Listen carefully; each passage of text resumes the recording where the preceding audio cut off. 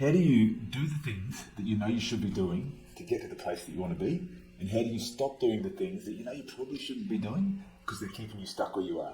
So for the sake of this, I'm going to be talking about weight loss, but this is a series all about behaviour change. Okay, this is what I work with my clients when it comes to weight loss. Yes, we all know what we should be doing, but there's typically behaviours that are holding us back, and that's either things that are hindering our progress or things that we are just struggling to implement and action on a regular basis to get us where we need to go.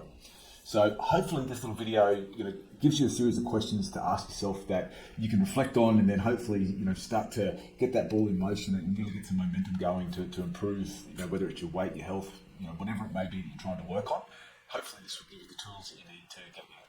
So when I'm working with a weight loss client, it's really important to focus on the why, okay? And so I typically ask, what are the 5 reasons that you want to lose weight? Now, you could have more than 5. You might just have one main one, but the reason I ask 5 is because I really want people to dig deep and just exhaust all avenues and think about what are all the reasons. Now, quite often they come down to some sort of health concern. It might be to, improve blood pressure, cholesterol, diabetes. It might be to live longer for the family. A whole series of things. But when we boil it down and we sort of ask the questions, quite often it has to do with the feeling. It's about the confidence and feeling good and looking good and waking up energetic. And it's really that emotional side of wanting to lose weight and how that's going to make you feel. And so we dump the 5 reasons, okay? So we use that to explore all possibilities, and we dump them down and we document them, but then we just dig a little bit deeper and we focus on one overarching goal, okay? And so that's really what we focus on. It's not that those others aren't important, but we tend to just zero in on this main one. Now, that's what we keep in mind, okay? That's what we're working towards, okay? There's some overarching goal that's going to drive our behavior, or overarching motivation, but sometimes they're too far away. And so quite often we need to work on something that's more within our reach, so something smaller. And so we'll look then for like a short-term goal to work on, because progress is really such an important part of any sort of continuity with behaviour change. If you feel like you're sort of treading water and going nowhere, then it's quite easy to sort of give up on what you're doing. So progress is so important for motivation, because most people think they need motivation, but in fact motivation comes from momentum. And so if we can make some progress, that's really important, but it's got to be achievable, okay? And so to achieve any short-term goal, we've got to change behaviour. And so many of you who have worked with me before or have seen my stuff before, then you'll know I'm a big fan of the behavioural psychologist Jonathan Haidt, who come up with the behaviour change analogy around a rider sitting on top of an elephant. Okay, so to change behaviour, how does that relate? Okay, so to change behaviour, we've got a rational part of our brain, right? This is the part of the brain that knows what we should be doing, okay? Like if it comes to weight loss, we know we should be eating more fruits and veggies. We know we should be eating less takeaway. We know we probably should be drinking less alcohol. We know that we should be getting enough sleep and getting lots of exercise, but it doesn't always pan out. We don't always do it, despite what we know, right? Now, that is the rider that sits on top of the elephant. This is the rational part of our brain, right? It knows where it wants the elephant to go. But the emotional part of our brain, that's the elephant, right? So this is the elephant. So regardless of where that rider wants to go, the elephant will go wherever the hell it wants. And that's often, as humans, because we're emotional beings, we seek instant gratification. We're pleasure-seeking animals, okay? And because despite the fact that we know we need to eat more vegetables, if someone puts a pizza or a block of chocolate in front of me, then I know I probably shouldn't eat it, but because we're pleasure-seeking animals, or I've had a bad day, or I haven't had enough sleep, or I'm on certain medications that are driving hunger, then those things being put in front of me are going to make me want to eat. It's going to override the rational part of my brain. So the emotional part is what we really need to work on, but equally we need to work on the environment, okay? So yes, the rider knows where he or she wants the elephant to go. The elephant still thinks, stuff it, I'm going to go wherever the hell I want to go. But if there is only one path forward, the elephant has to follow that path. And this is where the environment becomes so crucial for behaviour change. Okay, it's trying to limit our options or foster positive action, have an environment that's supportive of making good change. And so I'm going to go through a few examples of that. These are some of the techniques that I work with my clients, and some of the questions that I ask to sort of think about that. Now, in the background, I'm often, thinking about, the clinical physiology side of things, what medications could be impacting on this, and how is stress impacting on it, or how is sleep, and so I ask these questions while in the background, really sort of tapping into my I guess expertise and how I can join these dots for people. But quite often it's simply just asking the question that people solve these problems for themselves.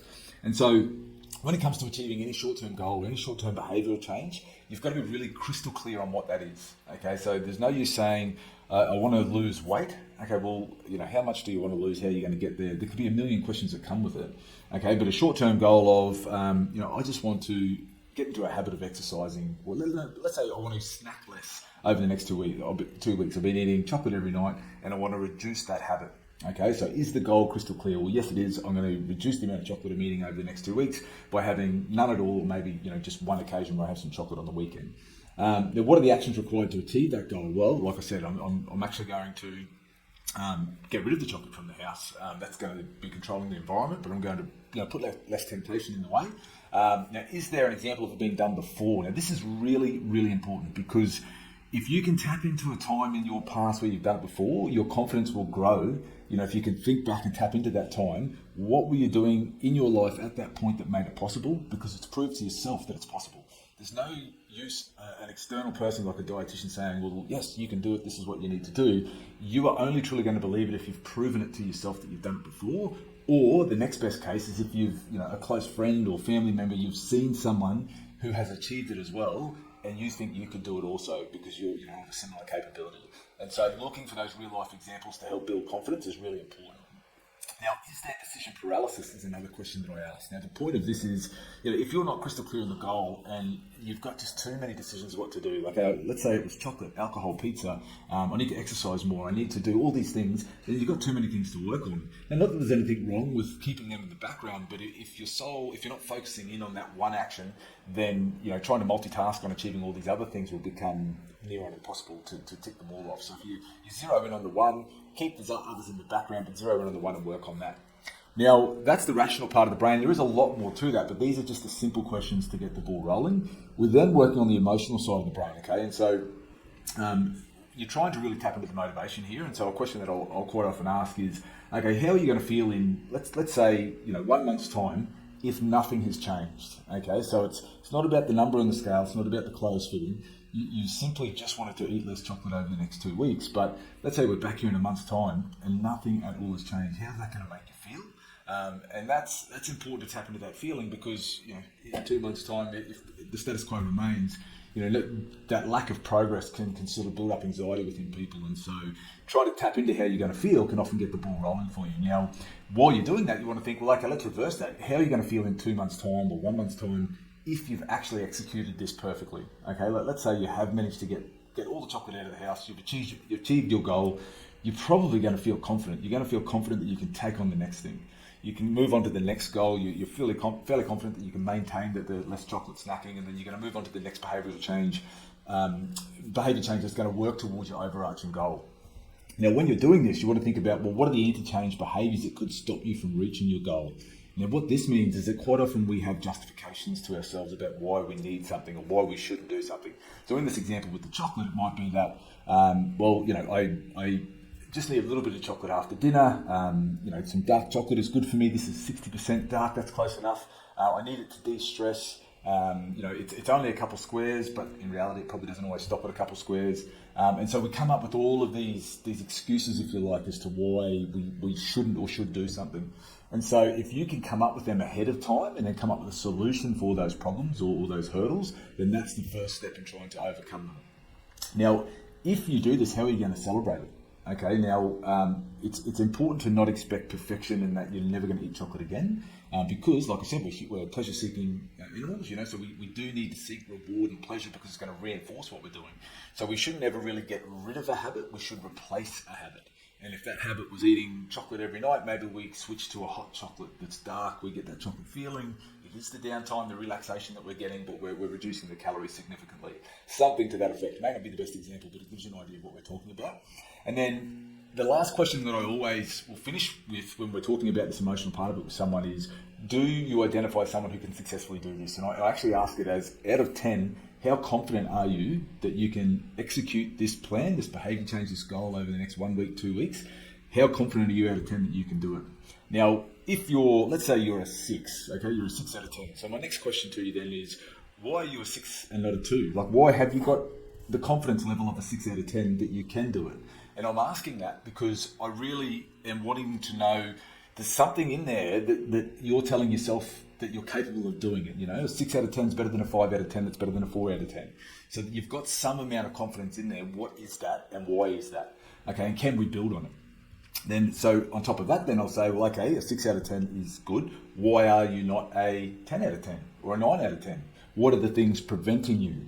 And then when you tell me those things, that's then what we're working on. Okay, so if you tell me that the family have chocolate in the house and they like chocolate, or if you tell me that that it's your downtime, your stress reliever is to eat a little bit of chocolate every night, then we need to work on those things and potentially come up with ways around it, or I'll get you to think of ways to get around that. About, is there something else we can do as a stress reliever? Is there a conversation you can have with your family about this being a real problem for you and you'd like to reduce it? Can they help you? And so you're really looking at ways to sort of come up with strategies that are going to sort of get you to where we want. Okay, now that's the emotional part of the brain. Again, this is a real snapshot of what we cover. We then need to focus on the environment, and the environment is crucial, often overlooked, often underestimated, but it is one of the most critical things when it comes to behaviour change. Okay, so first thing is, does your environment support your goal? Okay, so are you getting a good sleep? So remember, if you're not getting a good sleep, well, your hunger hormones are up, your cortisol levels, so you're more stressed, you're more likely to reach for food.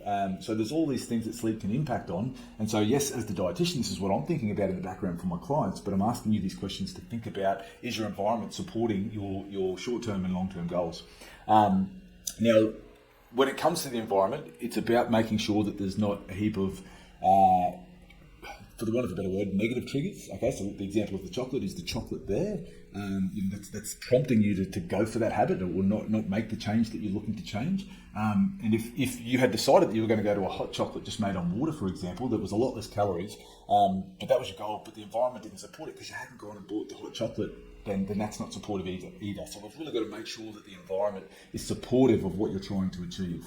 Now, can you practice your response to any negative triggers? Okay, so let's say, for example, we're talking about a family member has brought chocolate into the house. And let's face it, we can't always just determine what the family wants to do. Like if they want to eat chocolate, then it's probably their right to eat chocolate.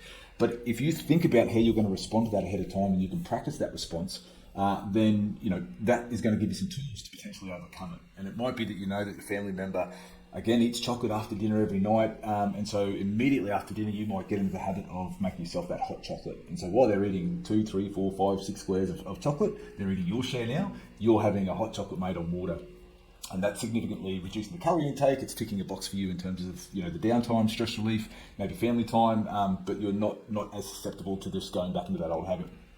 And are your relationships with friends or family hindering or benefiting you when it comes to achieving your goals? And sometimes it is a real issue that you've got to deal with. It might be a friend that is a negative influence when it comes to food or not wanting to exercise or whatever. They say you're an average of your 5 closest friends. And so, if you've got a network of friends, or even if it's family, for example, that are having a negative or positive influence, it's worth thinking about, and is it something you can change? So that is a very quick snapshot of our behaviour change techniques. It's sort of some of the things that we're working on. My job as the dietitian in the background, for example, is that, let's say someone's wanting to eat less chocolate. We're sort of workshopping some of the strategies that we can do to overcome that. But then I'm also looking at making sure that there's a meal plan in place that has got adequate fibre to control hunger, adequate protein and volume, and maybe we're looking for some chocolate alternatives like a bit of cacao in a smoothie so that they're craving for chocolate's not fully there. I'm looking at any medications that might be susceptible to like driving hunger, or if it's that lack of sleep issue that we're talking about, or maybe there's nutrient deficiencies in the pathology that we need to look at. So there's all these things in the background that I'm working with for my clients, but on the surface, really quickly, this is a great behaviour change strategy to sit there and ask yourself. I can give you a worksheet for anyone that's interested. Just drop a comment worksheet below, and I can send that to you. And then if it helps anyone to make the change, then I'd love to hear about it. Thanks.